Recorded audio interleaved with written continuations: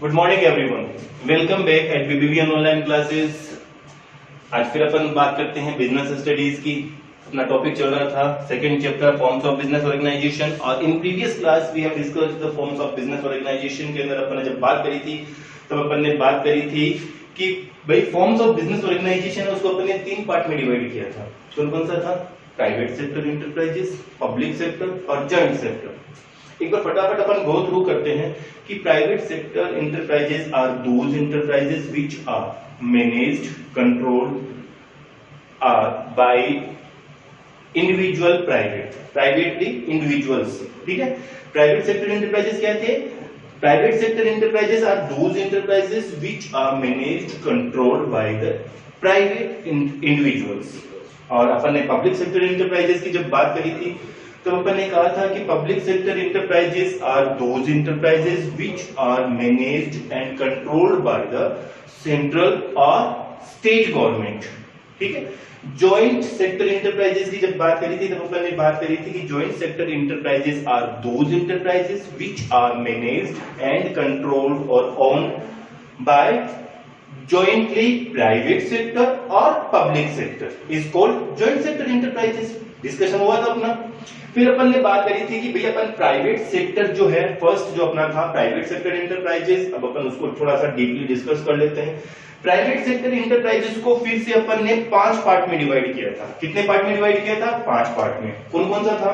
पहला था sole proprietorship, दूसरा था अपना HUF Hindu undivided family, third था अपना कोऑपरेटिव पार्टनरशिप, फोर्थ था अपना कोऑपरेटिव सोसाइटीज और फिफ्थ था अपना कंपनी, जिसको कि अपन जॉइंट स्टॉक कंपनी भी बोलते हैं। अगर बुक में आप देखोगे तो उसमें कई जगह जॉइंट स्टॉक कंपनी भी लिखा हुआ है। तो जो प्राइवेट सेक्टर को अपन ने 5 पार्ट में डिवाइड किया है। कौन से थे 5 पार्ट? पहला था सोल प्रोप्राइटरशिप, दूसरा था हिंदू अनडिवाइडेड फैमिली, थर्ड था अपना पार्टनरशिप, फोर्थ था अपना कोऑपरेटिव सोसाइटीज और फिफ्थ था अपना जॉइंट स्टॉक कंपनी। आज की इस क्लास में, today's class, we have discussed the first part of private sector enterprises, that is sole proprietorship. That is sole proprietorship. अब अपन बात करें कि सोल प्रोप्राइटरशिप क्या है, meaning of the sole proprietorship की सोल प्रोप्राइटरशिप क्या होगी। तो अपन ये कह सकते हैं कि sole proprietorship means those enterprises, business enterprises which are owned, managed and controlled by the single individuals are known as sole proprietorship। क्या बताया आपने कि those enterprises which are owned, managed and controlled by the single individuals are known as sole proprietorship। Definitions की अगर बात करें तो definitions के लिए कहा जाता है कि sole trader business is a type of business unit where one person is solely responsible for providing the capital, for bearing the risk and for the management of business। यानी कि ऐसे बिजनेस में जिसके अंदर की solely one person responsible है capital provide करने के लिए, बिजनेस की रिस्क को बियर करने के लिए, बिजनेस को मैनेज करने के लिए, और जब एक अकेला बंदा बिजनेस की रिस्क को बियर करने के लिए रिस्पॉन्सिबल है तो उस बिजनेस से होने वाले प्रॉफिट के रिसिपेंट के रूप में भी वो अकेला ही रिस्पॉन्सिबल है। यानी कि सारी रिस्पॉन्सिबिलिटी उसी एक अकेले पर्सन की होगी। ऐसे बिजनेस को अपन क्या कहेंगे? Sole proprietorship. अपन एग्जांपल के रूप में अगर बात करें तो आपकी लोकेलिटीज में, आपके एरियाज में जो स्मॉल शॉप्स होती हैं वो क्या होती है? अपने सोल प्रोप्राइटरशिप का काम होती है। समझ में आ रही बात? अब अपन बात करें इसके फीचर्स से रिलेटेड, फीचर्स कि भाई सोल प्रोप्राइटरशिप के फीचर्स क्या क्या हो सकते हैं। तो इसका पहला फीचर होता है सिंगल ओनरशिप। बात ही अपन सोल प्रोप्राइटरशिप की कर रहे हैं। जब अपन सोल प्रोप्राइटरशिप की बात कर रहे हैं तो single ownership of course single ownership ही होगी, क्योंकि अपनी डेफिनेशन के अंदर अपन ने कहा है कि solely responsible for providing capital, for bearing risk, for management of business और for recipient of the profit बात करी थी। तो अपन ने ये कहा है कि इसकी फीचर्स में कि सिंगल ओनरशिप की बात करता है। दूसरा ये कह रहा है कि formation and closure. Formation and closure का मतलब ये हो जाता है कि सोल प्रोप्राइटरशिप को इजी स्टार्ट करना और एंड करना बहुत इजी प्रोसेसिंग है। यानी कि इसके अंदर फॉर्मेशन एंड क्लोजर में सोल प्रोप्राइटरशिप के अंदर कोई ज्यादा लीगल फॉर्मेलिटीज की रिक्वायरमेंट नहीं होती है। लीगल डॉक्यूमेंट्स, लीगल फॉर्मेलिटीज को रिटेन करना जरूरी नहीं होता है। थर्ड बात करें अनलिमिटेड लायबिलिटी, यानी कि सोल प्रोप्राइटरशिप में जो ऑनर होता है बिजनेस का वो सोलली रिस्पॉन्सिबल होता है for the paying off the depth of business. Business की डेप्थ को पे करने के लिए वो पर्सनली रूप से लाइबल होता है। इट मींस अपन ये कह सकते हैं कि उसकी लाइबिलिटी अनलिमिटेड होती है। सेकेंड थिंग, अगर अनलिमिटेड लायबिलिटी की बात करें तो जो सोल प्रोप्राइटरशिप का ओनर होता है वो पर्सनली पे करता है बिजनेस की लायबिलिटी को, बिजनेस की डेप्थ को। इट मींस अगर उसकी पर्सनल असेट्स भी सेल करनी पड़ती है डेप्थ को पेमेंट करने के लिए तो वो अपनी पर्सनल असेट्स भी सेल करेगा बिजनेस की डेप्थ को पे करने के लिए। क्लियर? फिर अपन ने कहा fourth point, individual risk bearing and profit recipient. Sole proprietorship is a single owner. Single owner, it means all responsible, all total responsibility for risk bearing of the business. Business की जितनी भी risk bearing है एक अकेला person beer करेगा। जब वो risk bearing कर रहा है तो उस बिजनेस का प्रॉफिट भी अकेला ही रिसीव करेगा, यानी कि एक अकेला रिसिपिएंट होगा प्रॉफिट के। क्लियर है? फिर बात करें no separate legal entity. No separate legal entity का मतलब है कि जो सोल प्रोप्राइटरशिप में जो ऑनर होता है वो बिजनेस से अलग नहीं होता, यानी कि बिजनेस और सोल ऑनर वन एक ही पर्सन होते हैं। ऑनर के नाम से ही उस बिजनेस को जाना जाता है। आपके आपकी लोकेलिटी में, आपके एरियाज में जो शॉप्स होती है वो उसको आप ओनर के नाम से जानते हो, ये उसकी शॉप है, ये उसकी शॉप है, यही तो बात होती है। तो यानी कि यहाँ पर उसकी कोई बिजनेस की अलग एंटिटी नहीं होती है, बिजनेस जो है वो ओनर के नाम से जाना जाता है। फिर कहते हैं स्मॉल साइज।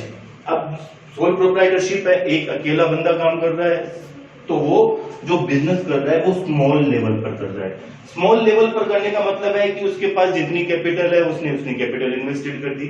अब और ज्यादा कैपिटल होगी, उसके पास पैसे है ही नहीं, यानी कि उसका बिजनेस स्मॉल लेवल पर काम करेगा।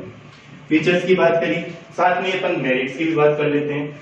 मेरिट्स की जब बात करते हैं तो सबसे पहले डिसीजन आता है क्विक डिसीजंस। पहला पॉइंट आता है क्विक डिसीजंस।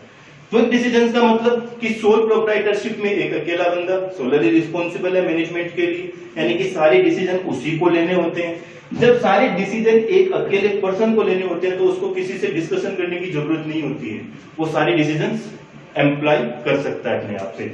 जब वो सारे डिसीजन खुद लेता है तो वो अपने डिसीजन क्विकली क्रिएट कर सकता है और क्विकली डिसीजन ले सकता है।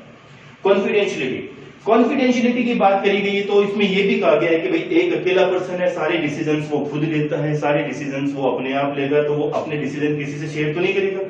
शेयर नहीं करेगा तो जो बिजनेस के जो आइडियाज होंगे या बिजनेस की जो भी डिसीजंस होगा वो एक अकेले पर्सन के पास होगा, यानी कि कॉन्फिडेंशियल होंगे। क्लियर? Direct incentive.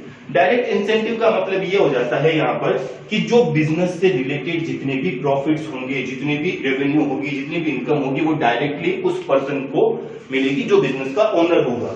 क्योंकि सोल प्रोप्राइटरशिप है, यानी कि एक अकेला ओनर की बात करी थी अपन ने यही कहा था कि sole trader is a type of business unit where one person is solely responsible, यानी कि वो अकेला रिस्पॉन्सिबल है हर एक चीज के लिए। तो जो भी बिजनेस का प्रॉफिट होगा, बिजनेस की रेवेन्यू होगी, बिजनेस के जितने भी इनकम होगी वो डायरेक्टली उसके ओनर को प्रोवाइड करवा दी जाएगी। फिर मेरिट्स के अंदर वापस वही चीज, easy to form and dissolve. अब सोल प्रोप्राइटरशिप है तो उसको स्टार्ट करना और डिसॉल्व करना, यानी कि बंद कर देना, बहुत इजी प्रोसेस होती है। इसके अंदर ज्यादा लीगल डॉक्यूमेंट्स की और लीगल फॉर्मेलिटीज की रिक्वायरमेंट नहीं होती है।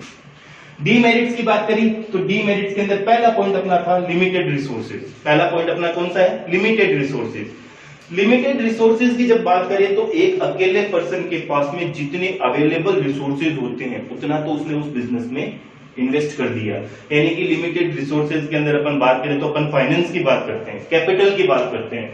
अब एक अकेले पर्सन के पास जो अवेलेबल फाइनेंस था, कैपिटल था, उसने उस बिजनेस में इन्वेस्ट कर दिए। अब अगर उस बिजनेस की रिक्वायरमेंट है और कैपिटल की तो उसके पास में रिसोर्सेज अवेलेबल नहीं होते हैं, ये चीज कहलाती है लिमिटेड रिसोर्सेज।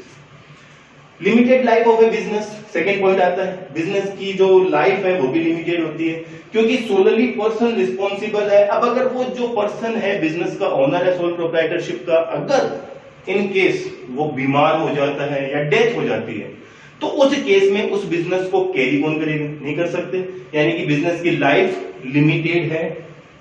क्लियर है? बात है अनलिमिटेड लाइबिलिटी की। अनलिमिटेड लाइबिलिटी की बात अपन ने यहां पर भी करी थी फीचर्स में भी, कि अनलिमिटेड लाइबिलिटी का मतलब क्या बताया हमने, कि solely responsible for bearing the depth of the business, business की डेप्थ को पे करने के लिए वो अकेला रिस्पॉन्सिबल है। और उस कंडीशन में, उस लाइबिलिटीज में, यानी कि वो अपनी पर्सनल असेट्स भी सेल करेगा बिजनेस को पे करने के लिए। तो अपन ये कहते हैं कि अनलिमिटेड लाइबिलिटी का मतलब owner is liable to pay the debt of business for selling of personal assets, personal assets भी सेल कर बिजनेस की डेप्थ को पे करेगा। अगला पॉइंट आता है लिमिटेड मैनेजरियल स्किल्स। अब सोल प्रोप्राइटरशिप की बात हो रही है, बात वही हो रही है कि भाई एक अकेला बंदा ओनर होता है, तो जो मैनेजरियल स्किल्स होती है वो लिमिटेड होती है। लिमिटेड होने का मतलब है कि एक पर्सन जितनी उसकी एबिलिटी के अकॉर्डिंग वो डिसीजंस ले सकते हैं, मैनेज कर सकता है, कंट्रोल कर सकता है।